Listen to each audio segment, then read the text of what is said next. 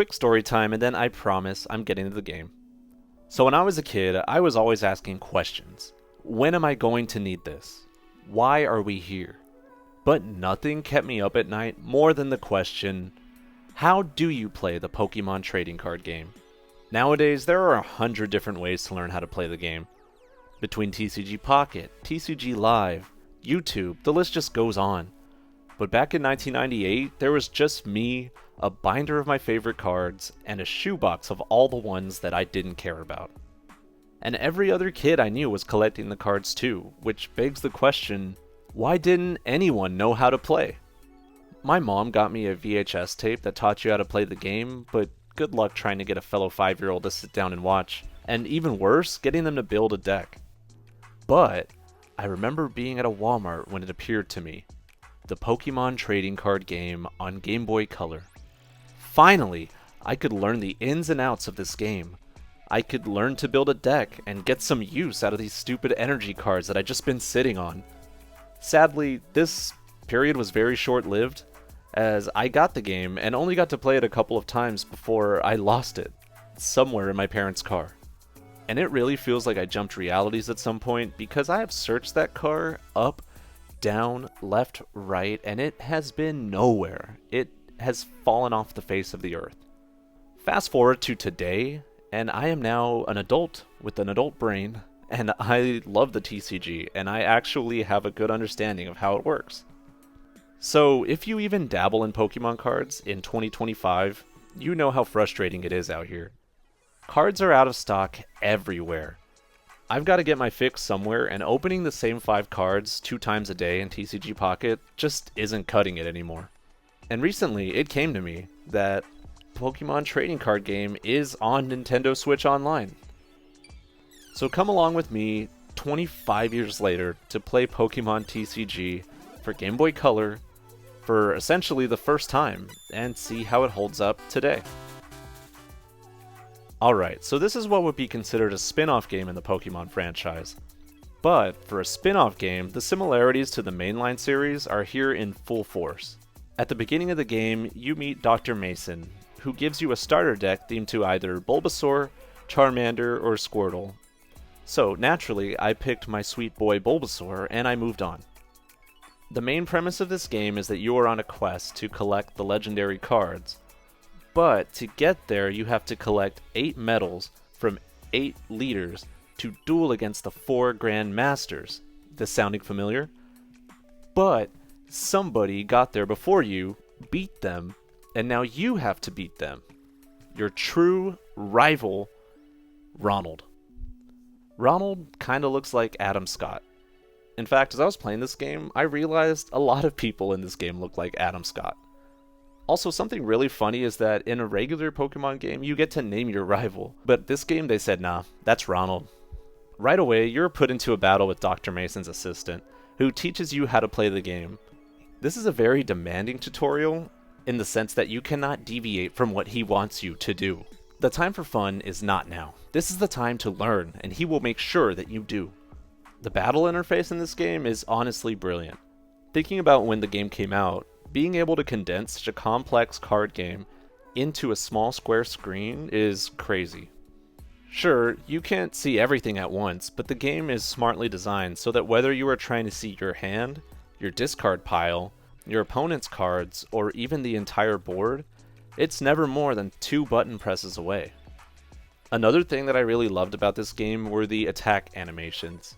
They're so vibrant and unique, and some of them are actually really funny, like Sleep showing these little drowsy eyes. It just feels like a lot of care went into taking the card game and making it more immersive as a digital experience. One of the best things about Pokemon cards is the art on the cards and being able to hold this tangible piece of art in your hands and seeing it with your own eyes. Now, looking at it as a video game, you obviously lose that tangible piece.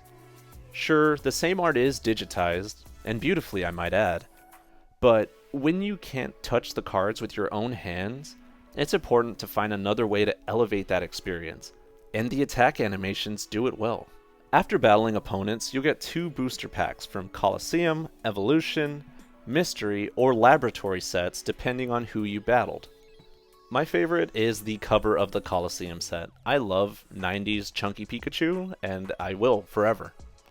As you progress through the game and battle trainers at the different bases/gyms, be sure to check your email because Dr. Mason will send you a booster pack to help you out, along with a very questionable email signature. Now, there are some cards that are unique to the game, but a great deal of the cards are copied from the actual TCG. Looking at your cards, they even have the symbols for the real-life sets on them, which is a nice touch. I wanted to see if some of these cards copy the attacks as well, and it looks like they do. Now, if you're familiar with the Pokemon TCG at all, you know how important coin flips are, and this game is no different. The big difference, however, between this game and the actual Pokemon TCG is that in real life, you get to flip a coin. But in this game, only your opponent gets to flip a coin, and you get to flip a 6-sided dice where all 6 sides are tails. This was insane. The moment that truly broke me was Ken's Chansey, who just kept scrunching. At a certain point, I remembered that I was playing this game on Nintendo Switch Online, and I did a test, a quick rewind to flip again and again and again, and it always landed on tails. I think the game knows at the start of your turn whether or not you're going to win a coin toss that turn. I even tried switching up attacks, and the result was always the same. Looking at the game outside of the battles, walking around, it looks like an ordinary Pokemon game. But there was one big difference between this game and the mainline series. That difference being that in this game, you could run. And when I say run, I mean run. Look at the speed on this guy. Now you'd think that this feature would carry on in a Pokemon Crystal, the next game that came after it in 2001, but we wouldn't see this again until Ruby and Sapphire the following year. Now, you might think that this would make the game go by faster, but it's actually balanced out by how slow the text rollout is. The good thing is that some of the text is actually really funny. One thing that I miss about older games is that NPCs would be complete jerks to you, and this game did not disappoint. Even the game itself would be mean. Like, before I dueled the Grandmasters, I just wanted to change my deck so that I wasn't putting Bulbasaur against a fire specialist. I got kicked out for not being ready, and honestly, looking back, it was really funny to me. As far as traversing throughout the world, you do so in an overworld that really looks like the town maps from the mainline series, just animated a little. This overworld has the bases you need to get your 8 medals right off the jump, so I was a little concerned that it would be too easy or fast to get through. The game counters this in a couple of creative ways, like hiding players from some bases at other bases, giving you tasks to do before you can take on their leaders, and by giving you other players to duel, similar to trainers hanging out in gyms. I loved any time that I would find a 3-prize battle, however. These battles felt like forever. If you're having bad luck with drawing the cards you need or winning coin flips, some of these feel like they're never going to end. Fortunately, this game's soundtrack is a banger, so even if the matches were long, at least I had the music to get me through. Customizing decks is another fun part of the game, and I actually had 3 decks by the time I rolled credits. The interface is once again brilliant. It's really easy to understand and divides your cards by type to make it easier to find what you're looking for. One thing that did annoy me though was having to have a complete deck to save it. I know I can't be too picky, but it would have been nice to have a draft option for decks being built. So as you can see, my complaints about this game aren't really too bad. Truthfully, I really like this game.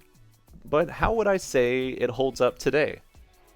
As a game, I think it holds up incredibly well. The artwork, attack animations, and gameplay interface are brilliantly executed. I think any fan of Pokemon and collectors of Pokemon cards can find something that they love in this game. One thing I will say though is that this game is not easy. In fact, it's really hard, especially at the beginning. The overworld is fun because you can tackle the different bases in whatever order you like, however, none of them feel like an obvious starting point. Sure, you could go to the base your starter deck has a type advantage against, but the truth of the matter is you are going to have a hard time drawing energy cards to do anything because you are simply not given enough to start. To get more, you'll have to duel this man in Dr. Mason's lab. If you beat him, he'll give you booster packs of only energy cards, but he's not easy either. The good thing is you can rematch people that you've already beaten to get more cards, and the game does tell you this off the bat. It's a bit of a grind at first, but once you customize your deck and hit your stride, you'll have a lot of fun with this game. Now, how does it hold up as a simulator for the actual trading card game today? I would just say that it's okay. The skeleton of the game is still there, but this game has changed so much over the years to add new rules and card types that aren't in this game that obviously predates them. I realized this early on when my opponent didn't have any basic Pokemon cards to play on their first turn. In a real TCG match, this would be a mulligan where my opponent puts their cards back in the deck, shuffles, and draws a new hand, while I get to draw one extra card for mine. This happens anytime the match starts this way. This game must have come out before this rule because I was so excited to draw an extra card, and it just didn't happen. The other obvious missing piece are EX cards. EX cards are really strong cards that typically have higher HP and do more damage. Now this is important because eliminating your opponent's EX cards actually gives you 2 prize cards instead of just 1. This is something that makes modern TCG matches much faster and have become a key part of the game. So if you're going to use this game to learn how to play the Pokemon TCG today, I would use it as extra credit material along with a YouTube video so you're caught up on all the modern rule changes. It's very faithful to the card game it was at the time, and I think it's a fun way to play the game as if it was 1999. As a huge fan of both Pokemon and retro games, I'm so happy that I got to experience this gem. Between TCG Pocket absolutely thriving and TCG Live existing, I know a game like this likely won't ever happen again. If you are a fan of Pokemon, you owe it to yourself to give this game a shot. Being around since the very beginning, seeing all these old cards again just made me happy. I really hope that you enjoyed this video. Thank you so much for watching.